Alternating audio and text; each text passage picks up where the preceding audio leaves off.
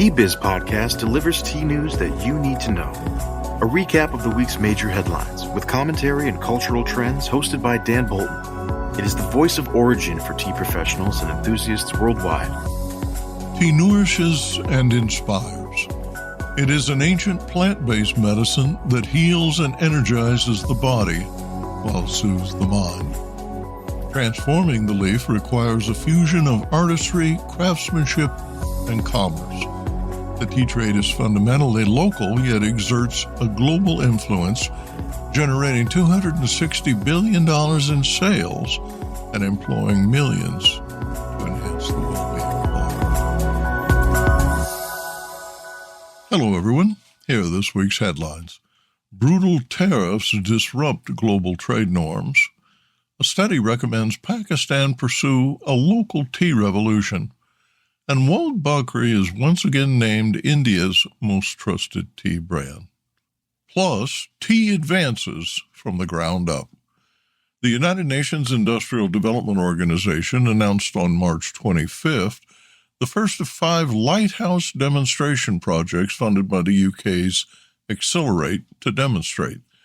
Biomass gasification is among the most promising options for tea, as it can reduce emissions, lower energy and cultivation costs, improve fertilizer efficiency, and increase productivity.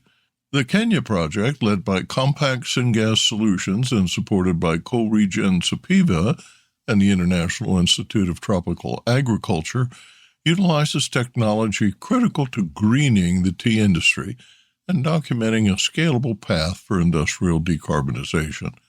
Joining us today from London is Co-REGEN co-founder and CEO Aarti Shah. We discuss the challenges in the tea industry, focusing on innovation, oversupply, and regeneration. Aarti emphasized the importance of systems thinking, collaboration, soil health, and modern technology such as gasification and biochar for its potential to improve soil quality. We also discuss the need for government policies that promote tea and foster a strong consumer-driven business culture.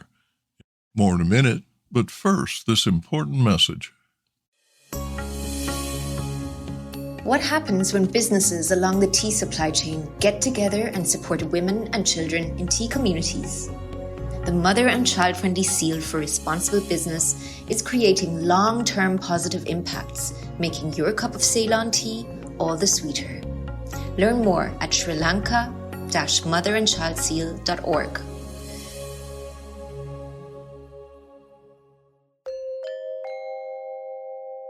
The U.S. imposed 61.5% tariffs on Chinese tea this week, marking a 34% increase over previous highs. Double-digit levies on tea imported from Japan, India, and Vietnam will result in American consumers paying significantly more for their daily cup of tea.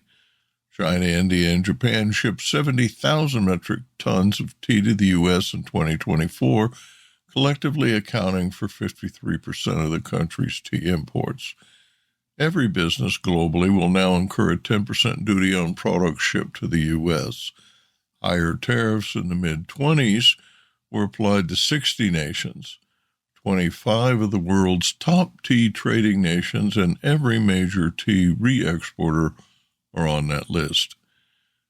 Vietnamese tea exporters will pay duties of 46%.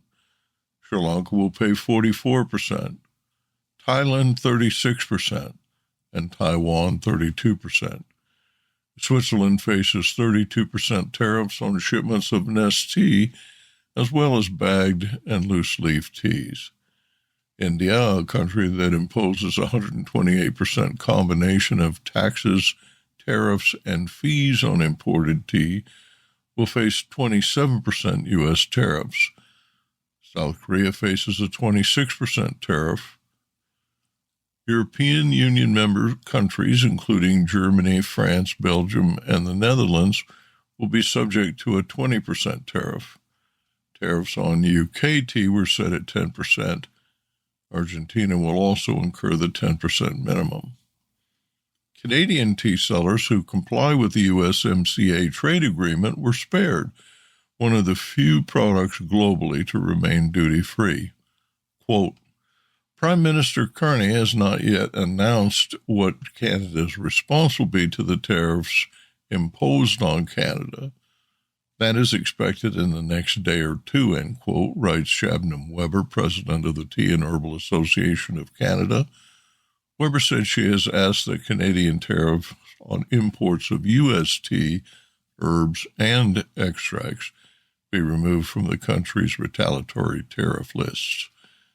China and the European Union vowed to retaliate when confronted with rates far harsher than expected.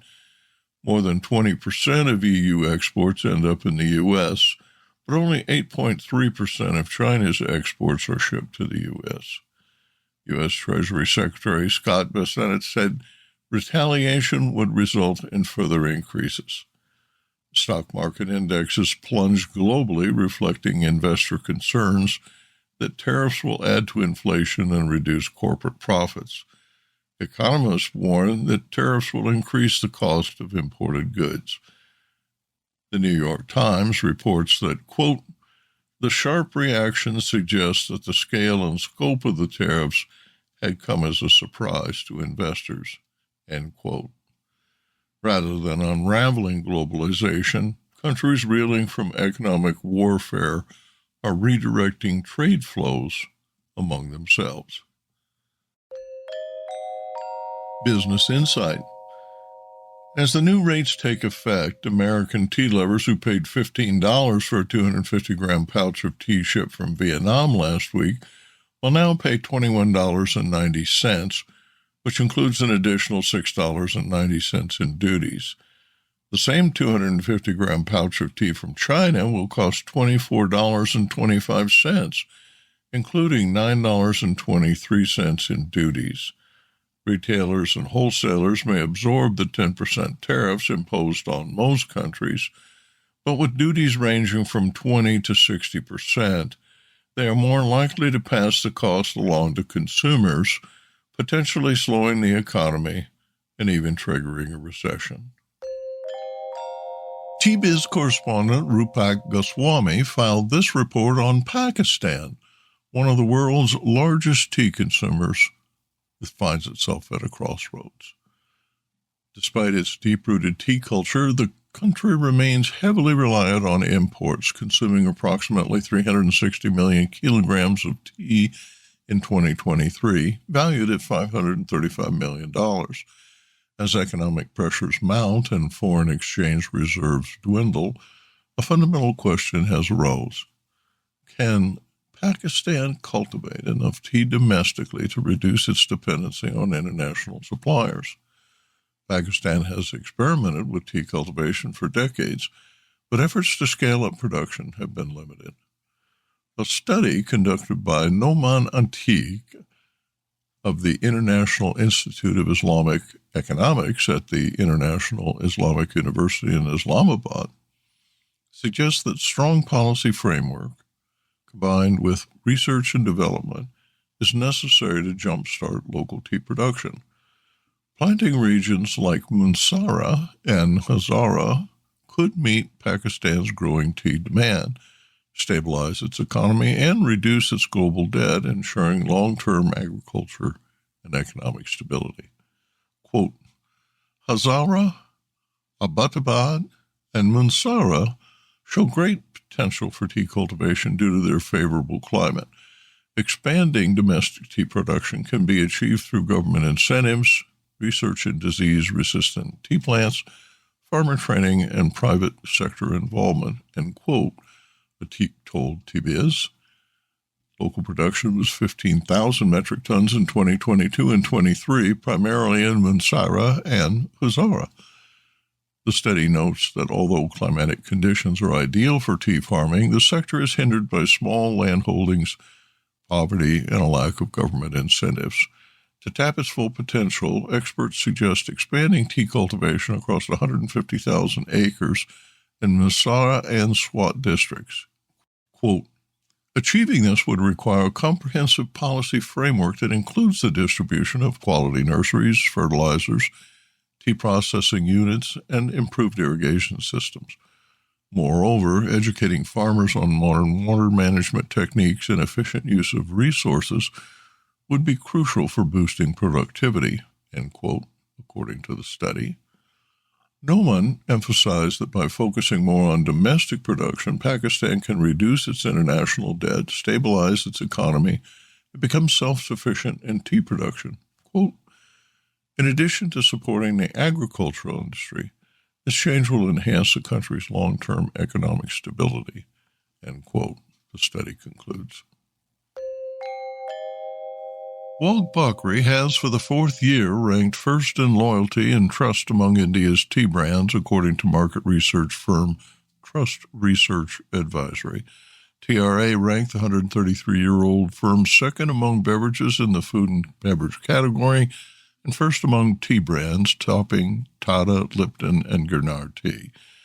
TRA's Brand Trust Report is an annual study that evaluates India's most trusted brands based on comprehensive consumer research.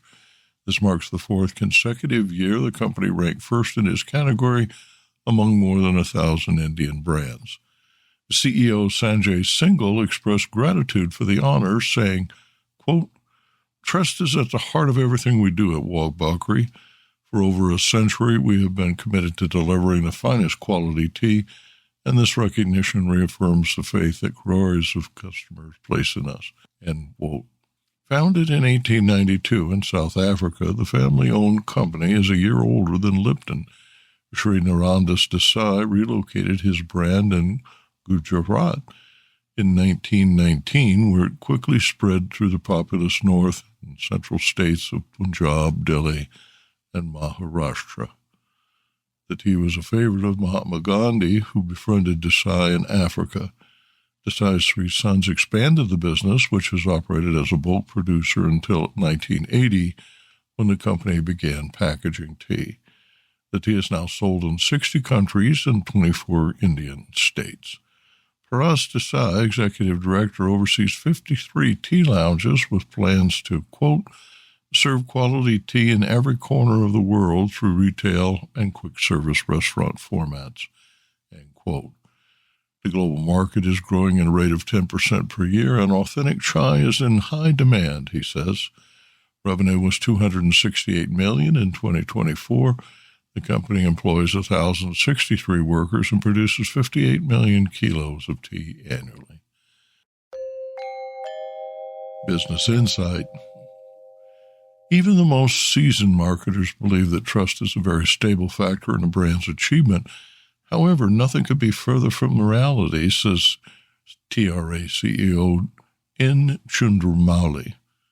While trust is difficult to build, it is quite easy to lose depending on a brand's actions and communication or lack thereof. This is evidenced by the brand performances in this year's study, with 324 brands improving their rank positions from the previous year, while 349 brands fell in rank, and 326 others either exiting from last year or entering new markets this year, he writes. And now, a word from this week's sponsor. Hi, I'm Nish. I grew up in an organic tea farm and founded Nepal Tea Collective in 2016. Tea is not just a beverage for me, but a catalyst for social change, sustainably empowering hardworking artisans like my parents for the past 30 years. I'm on a mission to make the whole world aware of the goodness of Nepali teas and the good that comes from supporting growers in this remarkable land. If you haven't tasted Nepali teas yet, you're missing out. Our award-winning teas are making headlines. Find out why. Visit Nepal Tea Collective's website to get a free sample of this extraordinary taste of the Himalayas. That's nepalteacollective.com. Or just send me an email at nish, N-I-S-H, at nepalteacollective.com. Cheers.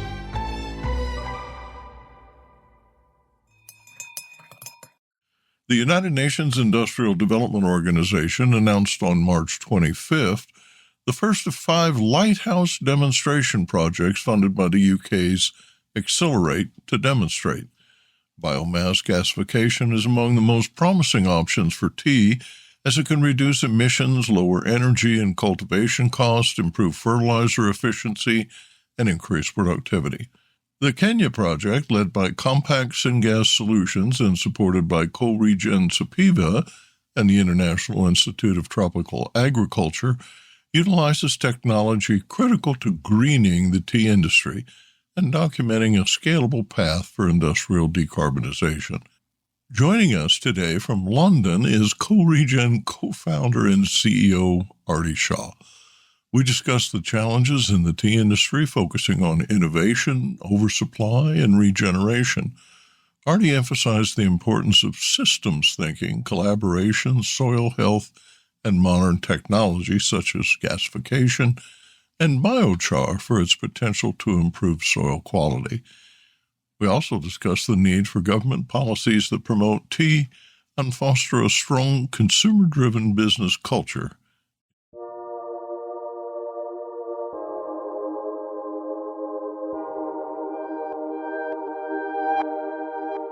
Aarti Shah is a business and policy consultant who helps companies in high and middle-income countries achieve environmental, climate, and social impact. As a former senior executive at Thomson Reuters, she oversaw operations in developed and emerging markets, transitioning products from frontier markets to more developed ones.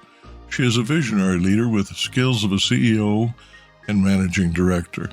Aarti graduated from the University of Bristol with French and computer science degrees.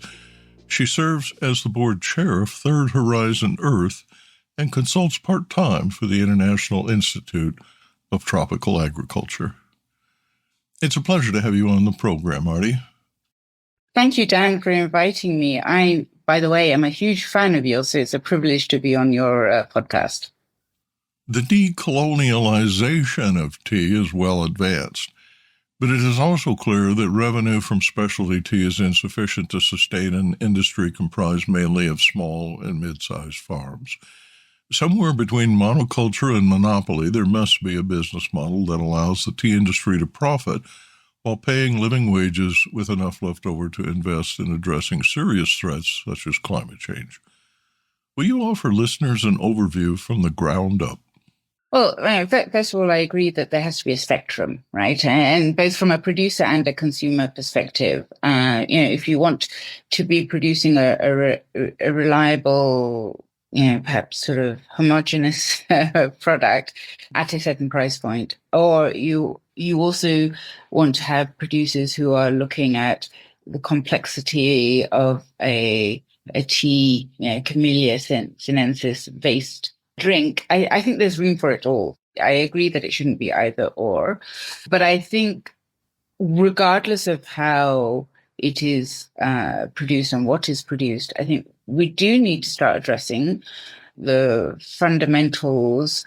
And let's start with the soil. Right? At the moment, soils generally are degraded, and specifically where tea is grown, especially where synthetic fertilizer has been used over time, those soils have a problem. And I think we would be foolhardy if we didn't start going back to basics and going to the roots, literally and figuratively, and saying, okay, what does the soil need?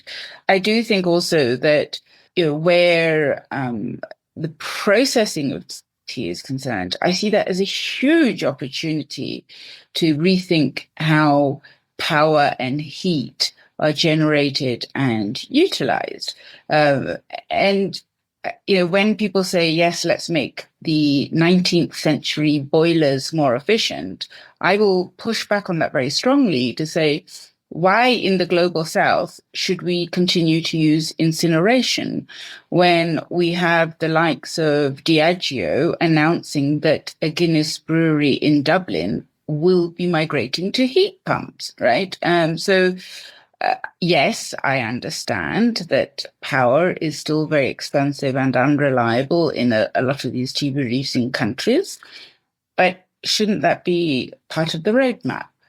So, and that would help mitigate the other monoculture, or the other fossil fuel part of the argument. So whether you're in Kenya and you're talking about eucalyptus, or you're in Northeast India and you're talking about coal and or gas.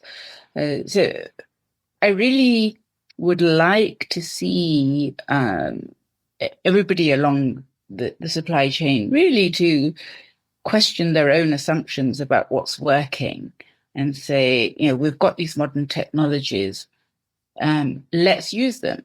I will say something that might sound counter everything I've just said, insofar as automation is concerned. I do appreciate that tea is grown on slopes in many parts of the world, and therefore has been almost like the last frontier of automation. And I say that word very carefully, not just mechanization.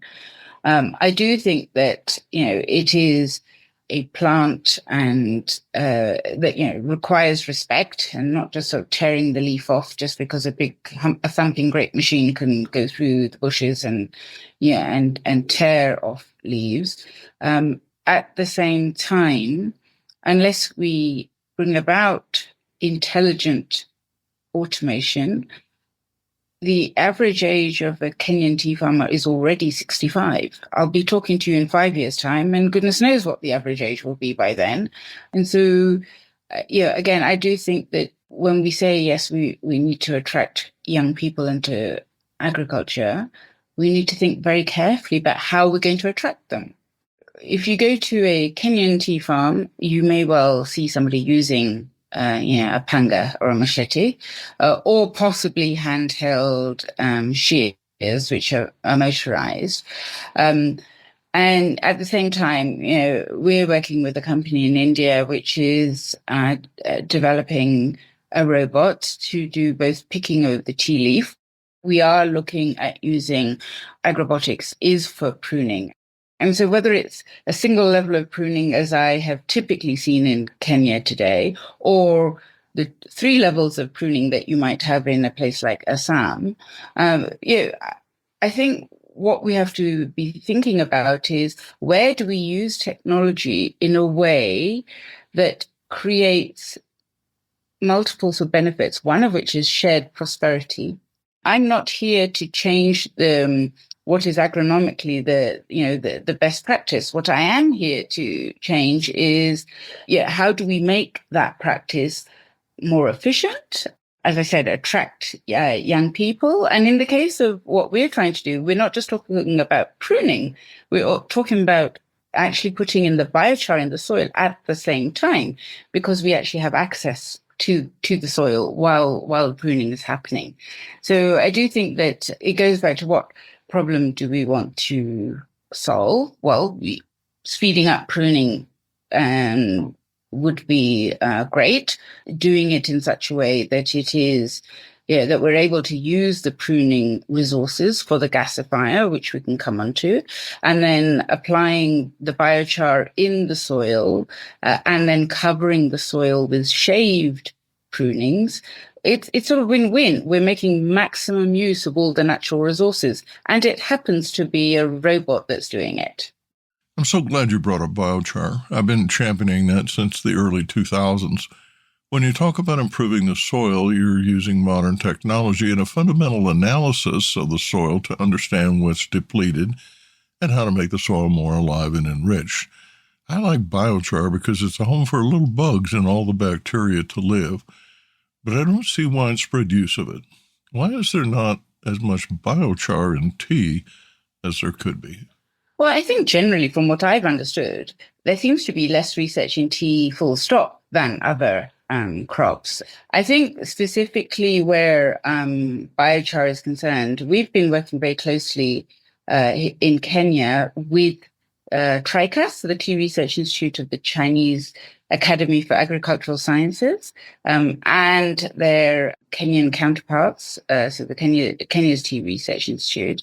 There happens to be a program called the Global Low Carbon Tea Initiative, which is the Chinese, Kenyans, the Germans, and FAO. And we are trying to leveraged that program to say, let's do some more systematic research on biochar in tea. So our observational findings till now have mirrored what China has found. I mean, China's done a lot more research than what's happened in Kenya. But it's good to know that with our results do overlap. They have also looked at pH, which is something that we haven't yet looked at in Kenya. But my point here is, and again, it goes back to one of the points I keep sort of banging on about, the challenge in a producer country like Kenya is that it's always relying on other people's funds to do any significant research. I think it would be not unreasonable for Kenyans themselves, both public and private sector, to turn around and say, this is a critical part of our economy. It employs a significant number of people. We should also be putting our own funding into this, because if you're waiting for others, as we've seen over the last few weeks, sometimes that pack of cards can just fall over altogether, or it operates at its own pace if it is still there. So I do think that if a country like Kenya, which is clearly a major producer on the world stage, actually does say, yes, you know what, we are going to put funding, then I think that would help. And as I say, Kenya doesn't need to be on its own. Got a separate project going on around integrated pest management. And since the changing climate has already started impacting productivity in Assam, let's pool our knowledge where we have it, but also let's take a bit of ownership ourselves to say, we're going to fund this. Congratulations on getting the green light for your biomass gasification project. So yes, we're delighted to announce that we will be putting up the first CSS gasifier in a Kenyan tea factory.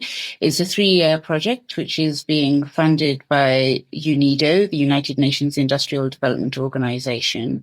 And that will allow us to put up a lighthouse pilot, which we'll be inviting everybody to come and see. So how does it work? So gasification is low oxygen thermal conversion of woody biomass. What does that mean? So that means we would take the likes of tea prunings, but also other high carbon biomass like maize shanks and bamboo and sugarcane bagasse. It has to be reasonably dry, so 15% moisture content. And then we put it into this process called gasification, which means it has very limited oxygen. It's not like burning in full combustion with lots of air, right? So it's in a chamber with limited oxygen. It's at high temperature, around 850 degrees. And out of that, we get a synthesis gas, which is cleaner than natural gas. It's less polluting. And from that gas, we put that through a combined heat and power engine, and we generate heat and power. So tea, very briefly, a CTC factory, 10-15% of the energy it requires is electricity, so power, electrical power, and the rest is actually thermal. In the case of gasification, we and the CSS gasifier in particular, we would generate enough power for a 2, 3, 4 line factory. We wouldn't produce enough heat to replace the boilers entirely, but we can reduce the dependency by 15 to 18%. And the heat would be in 2 ways. One, it could go directly to the boilers, or we could produce hot water at 90, 95 degrees. And then the third product of gasification is so the biomass that isn't converted to energy gets converted to biochar. And this is industrial biochar. It's continuously produced. We would configure the system to produce about 15% biochar. So for every ton of biomass, we'd get 150 kilos of biochar. And that will then go back on the soil. Biochar also does attract carbon credits, which would be another sort of revenue stream. In many ways, it's an old technology, but also a new technology, because it has, CSS has been investing a lot in research and development over the last sort of 17, 18 years. They have a very clean system. They use dry scrubbing. So what I'm trying to say is that their technology is quite advanced, and that's why we're partnering with them. Tea plants in Kenya are spaced less than a meter apart. Farmers plant between 10,000 and 20,000 bushes per hectare, yielding an average of 2,000 kilos of green leaf per hectare, with an all-time high of 3,739 kilos per hectare in 2004. What's the optimal way to grow tea there? Tea is grown in catchment areas, right? And a catchment area in Kenya may be 1,300 hectares, 1,800 hectares, or it might indeed be sort of 5,000 hectares. So I think we have an opportunity to look at the cultivation of tea from that perspective. Number one. Number two, then, if you turn around and say, well, we're overproducing, and if we use biochar to help fertilizer be more efficient and therefore increase the yield, then what does that mean? We are starting to free up land. Right? And I think, for the longest time, tea has been sort of tightly packed because you've got to get the most out of that acre or hectare or whatever it is that you're growing your tea on. I do think we need to take a step back and say, okay, what is best for, and I like to think of it as a catchment area, right? So a catchment area serving an existing, and that would be, for example, even the KTDA model, right? So KTDA, the factory will be served by farmers within that area. If you were to turn around and say, well, out of that 1,800 hectares, let's reduce the amount of tea overall to X. Let's use intercropping for its agronomic benefits. Let's put in other crops, whether it's avocado or herbs or whatever else it is. You are starting to bring about biodiversity, and you're starting to look at how to move away from, even over time, synthetic fertilizers, because you're starting to sort of fixate the nitrogen. But that can't be done at an individual farmer level, especially not when a smallholder farmer may well have quarter acre, half acre, 1 acre, under their own management. So I think, again, one of the disruptive ways of looking at this is, let's focus on this at a catchment area. And ultimately that would roll up to a national level. But let's start with each sort of area servicing an existing factory and say, okay, what is the optimal way of growing tea? And let's use all the nature-based solutions we have at our fingertips to make that happen. If yields per hectare in Kenya are lowered, how do you generate sufficient monthly income during the harvest and receive an annual bonus to sustain the farm? So I think, first of all, there has to be more distribution of value. I think the producers in Kenya may consider themselves to be shortchanged if you think about the entire value chain. And this goes back to my point at the start that, the buyers, the retailers, they're all absolutely adamant that they're doing the most that they possibly can.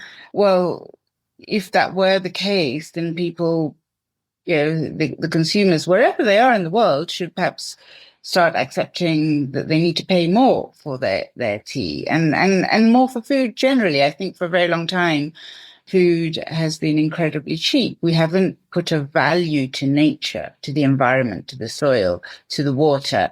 And I think once you start pricing all of this in, and once you start pricing in all the things that you expect the producers to do, quote unquote, for free today, you might find that actually the cost of tea is much higher than you realized. So I think that's the first thing. How do we redistribute value? The second is factories in Kenya that are not always making the best decisions in terms of their own sort of balance sheet, right? So I hear about factories that put in a fourth line, a third or a fourth line for CTC processing. Or I hear about somebody saying, okay, well, orthodox is fashionable, so let's look at orthodox. And even west of the Rift Valley, I was having a conversation with somebody very senior in the Kenyan tea producing ecosystem who said, oh, but if we free up land and our farmers start growing food crops, there are very few urban centers in Western Kenya. And I thought, well, where is that food going to go when Kenya already imports food? And clearly we'd have to have a much longer conversation over what would be the best crops to grow. But I do think that there needs to be a bit more cohesion in terms of, where should these alternative crops be grown? Where are the markets? And actually, fundamentally, where is the demand? Right. Today, I keep hearing about people saying, okay, let's start growing XYZ crop, which might be avocado, it might be blueberries, it might be, well, that's all great, but who's going to consume them? Kenya grew its production of tea. It increased by 50% in a decade. Did Kenya actually think about who was drinking that tea? Who was actually going to be drinking that? Was there a demand for it? So I do think that along with the distribution of value, there has to be much more focus on consumer demand. Even in Kenya, if you were to turn around and get people to drink quality tea, as opposed to just throwing a few tea leaves into very milky water with lots of sugar in it, yes, you've got your work cut out for you, but that doesn't mean you shouldn't start. It is possible to change habits. It takes time. So let's do this, right? We're not going to get everybody wanting, a specialty cup of tea overnight, but I also don't think that shouldn't stop us from going down that journey. And again, going back to how do you attract a new generation of people into the tea sector, I think that's also a way of doing it. It can start in many different places. But let's take tourism as an example, because I think Kenya has a sizable tourism sector for both international and domestic, and I think that the hotels, the lodges, the campsites.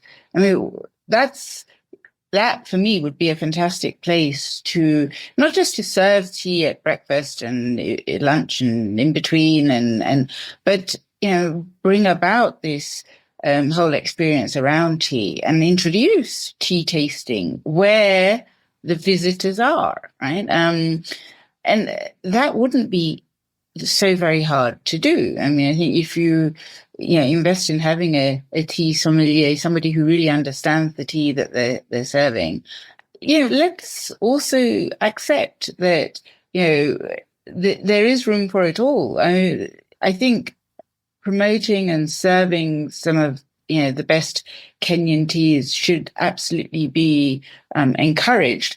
But also telling people, well, you know what, the typical cup of tea in the Highlands is, you harvest the rainwater, you get fresh milk from the cow, so you milk the cow, and then you throw some leaves and you make it very sweet. And here's a shot of it so that you understand what people drink, in other parts of the country. So, and by the way, that description I've just given you is literally how I drank my first cup of tea in Dakaini when I went to visit my in-laws. That it was pouring with rain. We did take harvested rainwater and the cow was milked in front of me, and they laughed when they heard that I didn't take sugar. But so I think creating a certain sort of experience around this would be important. Secondly, government offices. Government is a significant employer in Kenya. And again, we receive visitors from around the world. Well, I do think that if you're walking into any ministry, you should have the right to have a decent cup of tea. It should be a right. It shouldn't just be an expectation. And actually, when I do go to the Tea Board of Kenya, or when I go to KTDA, or indeed any sort of tea producer in Kenya, I actually do look forward to drinking the tea. But that's it. If I go to any conference or any other sort of office, including government office in Kenya, I'm served with this sort of, thermos of, tea that has been made without sort of any sort of thought or discrimination. So I think that both tourism and government could become much better ambassadors for the tea that is served. And that would start going quite a long way. Kenya has a lot of conferences, by the way, just global conferences. And having 20 people instead of 2 or 3 big, those big things, dispensers of hot water and actually having people serving tea and engaging people in the breaks and saying that, come and enjoy some of our finest. Again, that's being an ambassador for some of the excellent produce that you can get in Kenya.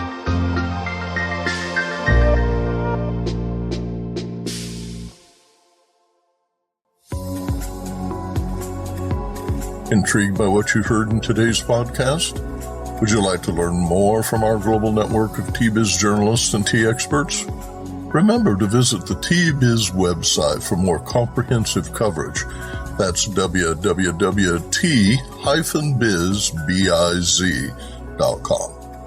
Thanks for listening. Farewell till next week.